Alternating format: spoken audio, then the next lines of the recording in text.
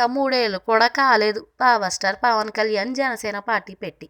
అప్పటికి ఇప్పటికీ పార్టీ పరంగా పెద్ద మార్పులేమీ లేవు. పవన్ ఏమీ ఎన్నికల్లో పోటీ పడలేదు, ఫలితాలేమీ అందుకోలేదు. అయితే పవన్ సోదరుడు నాగబాబు మాత్రం తమ్ముడు విషయంలో స్టంట్ మార్చేశాడు. పవన్ జనసేన పెట్టగానే తనతో పాటు మెగా అభిమానులంతా చిరంజీవితోనే ఉంటారంటూ ప్రకటన చేశాడు. కానీ ఇప్పుడు తాను తమ్ముడు వెంట నడుస్తానంటున్నాడు. పవన్ నిజాయితీపరుడని, ప్రజా శ్రేయస్సు కోరతాడని, ఫ్యామిలీ కంటే కూడా సొసైటీకి ఎక్కువ ప్రాధాన్యం ఇస్తాడని, ఇంకా పవన్ లోని చాలా క్వాలిటీల గురించి చెబుతూ అతన్ని ఆకాశానికి ఎత్తేశాడు. తాను జనసేన కోసం పనిచేయనున్నట్లు, అందుకోసం ఏపీకి తన ఓటు కూడా మార్చుకోనున్నట్లు చెప్పాడు. 2019 ఎన్నికల్లో తన ఓటు కూడా తమ్ముడికేనని స్పష్టం చేశాడు. అయితే ఇక్కడ అందరికీ ఆశ్చర్యం కలిగిస్తున్న విషయం ఏంటంటే చిరంజీవి ఇంకా రాజకీయాల నుంచి నిష్క్రమించలేదు. మొన్న కూడా తను కాంగ్రెస్ పార్టీలోనే కొనసాగుతానని కూడా చెప్పాడు. అన్నయ్య రాజకీయాల్లోంచి